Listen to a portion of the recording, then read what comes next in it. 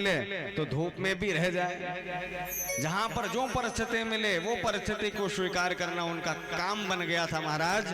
जब उनको दुख मिले तो दुख में भी परमात्मा को याद किया करते थे, जब सुख मिले तो सुख में भी परमात्मा को याद किया करते थे। दुख और सुख उनके लिए सम बन गया था। वो सुख में वो प्रसन्न नहीं होते थे और दुख में वो दुखी नहीं होते थे। वो मान और सम्मान दोनों से परे थे। कोई आदमी उनको बासी ला करके दे देते थे तो बासी को खा के रह जाया करता था। कोई रूखी सूखी रोटी ला करके देते थे तो रह के लेता था। कभी वस्त्र में कपड़ा होने पर भी वो कभी प्रसन्न नहीं होते थे और कभी कपड़े वस्त्र उनके शरीर में नहीं होते थे तब भी उनको लाज, उनको शर्म भी नहीं रहती थी। क्योंकि याद रखना भाई, जो भगवान की भक्ति में आरूढ़ हो जाए, भगवान की भक्ति के लिए अपना सर्वस्व अर्पण कर दे, फिर उनके अंदर लाज और उनके अंदर शर्म और उनके अंदर और कुछ भी अवधारणाएं नहीं बची रहती हैं जो कर्म के हों। क्योंकि कर्म से परमात्मा को नहीं पाया जा सकता। कहते हैं जब श्री सुखदेव स्वामी जी जो थे वो बिना उपनयन, जिन उनका नाल छेदन नहीं हुआ था, नाल नहीं कटा था, उनके पहले सुखदेव स्वामी जी निकल गए। लोगों ने पूछा बाबा ये बताओ जा क्यों रहे हो, कहाँ जा रहे हो? दुनिया में पहली बार ऐसा करता है कोई व्यक्ति, आप ऐसा क्यों कर रहे हो? तब कहा न कर्मणा न प्रजया न धनेन त्याग न कै अमृत तत्व मानसु।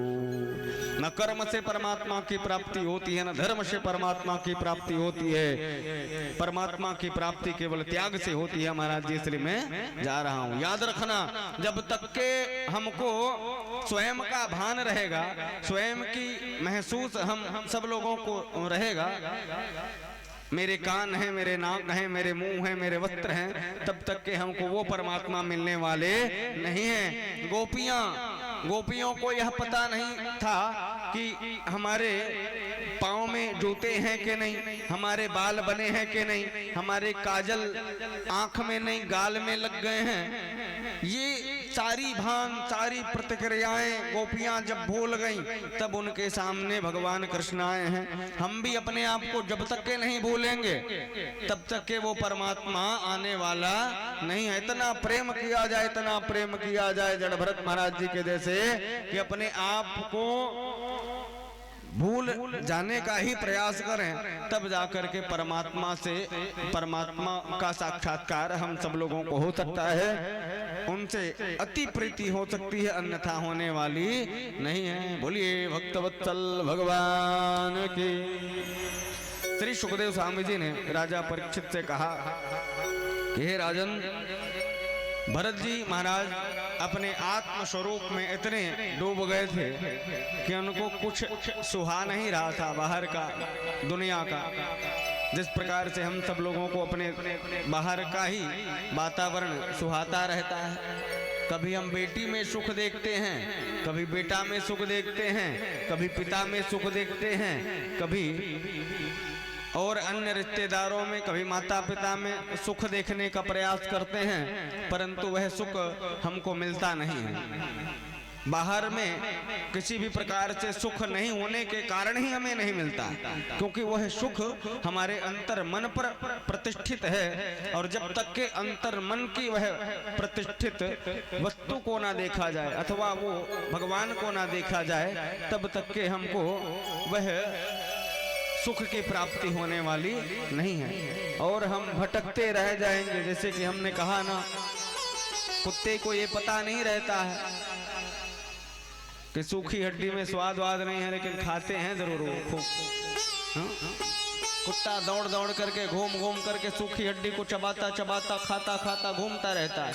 अब वो यही सोचता है कि वो हड्डी से खून मिल रहा है, अब वो खून को हम पी रहे हैं, लेकिन जिस दिन उस कुत्ते को कहीं पता चल जाए ये सूखी हड्डी में खून कहाँ भैया, ये तो खुद के मसूड़ों का खून है, उस दिन वो कुत्ता सूखी हड्डी चबाना बंद कर देता है और अपने अंदर के खून से ही वो मस्त रहना शुरू कर देता है। उसी प्रकार से सारे सुख, ये सुख कहीं बाहर नहीं है, वो सारे सुख हमारे अंदर में हैं। और यही सुख को देख करके श्री जड़ भरत जी महाराज अपने जीवन को निर्वहन कर रहे हैं। आगे श्री कथा रस सुधा को सुनाने का प्रयास जब श्री सुखदेव स्वामी जी ने राजा परीक्षित से कहा, तब राजा परीक्षित ने कहा कि महाराज इतने आत्मविभोर हुए जड़ भरत जी महाराज कि उनको अपने शरीर का जब भान नहीं रहा तो आगे क्या हुआ महाराज। तब श्री सुखदेव स्वामी जी ने राजा परीक्षित से कहा कि हे राजन, अब तो ऐसी घटना घटी कि एक समय की बात है, जड़ भरत जी महाराज को एक डाकुओं की टोली ने देख लिए। उन डाकुओं की सोच थी कि हमको बेटा हो जाए तो हम भगवती माता को नर बलि देंगे। वो माता रानी से संकल्पित थे, इसलिए वह नर खोजने के लिए, कोई मनुष्य की बलि देने के लिए कोई मनुष्य को ढूंढ रहे थे। कोई तो नहीं मिला, पर ये महाशय मिल गए। और जैसे ही जड़ भरत जी महाराज उनको मिला तो जड़ भरत जी महाराज को डाकुओं ने पकड़ लिए और डाकुओं ने पकड़ करके उनको ले गए। और ले जाने के बाद महाराज एक जहाँ पर भद्रकाली माता का मंदिर है वहीं पर ले जाकर के खूब बढ़िया से उनको स्नान करवाए।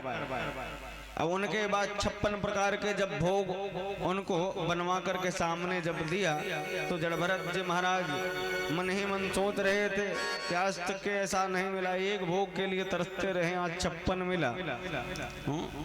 कम से कम कृपा हुई आज परमात्मा का, जब भी देता है वो 56 फाड़ करके ही 56 देता है। आज 1 2 5 15 नहीं, पूरा 56 मिला है। इसलिए भगवान का यह प्रसाद मान करके जड़ भरत जी महाराज पाए हैं। वस्त्र पहनाए गए नए नए, उनको बढ़िया तिलक लगाया गया। और जैसे ही तिलक लगाया गया महाराज एक खड़ग लेकर के, एक तलवार लेकर के वहीं पर खड़े हो गए। वो डाकू भद्रकाली माता के मंदिर के सामने जब खड़े हुए हैं, जड़ भरत जी महाराज को कहा, ए बालक अपने सिर को नीचे करो। जड़ भरत जी महाराज बिना सोचे समझे अपने सिर को नीचे कर दिया, क्योंकि भक्तों की भाव यही होती है भाई, वो नुकसान से नहीं डरते हैं। तुम नुकसान ही करना चाहते हो ना, नफरत करो नहीं तो प्रेम करो, दो में से एक तो करना ही है, करोगे ही। इसलिए जड़ भरत जी महाराज अपने सिर को नीचे कर दिए। और जैसे ही नीचे के तलवार जो ही चलाना चाहा, भद्रकाली मैया की मूर्ति तड़ तड़ तड़ करती हुई मूर्ति फटी। भद्रकाली माता वहां अवतीर्ण हो गई और सबके देखते ही देखते सारे दुर्जनों को, उन डाकुओं को मां देखते देखते मार डाली और अपने उस भक्त की रक्षा माता भद्रकाली करी है। और जैसे ही माता भद्रकाली के द्वारा जड़ भरत जी का रक्षा हुआ तो जड़ भरत जी महाराज वहां पर भी प्रसन्न नहीं हुए कि मेरी जान बच गई, ऐसा वो प्रसन्न नहीं हुए। डाकुओं से मुझे छुटकारा मिल गया, मैया आ गई, वो सोचे नहीं।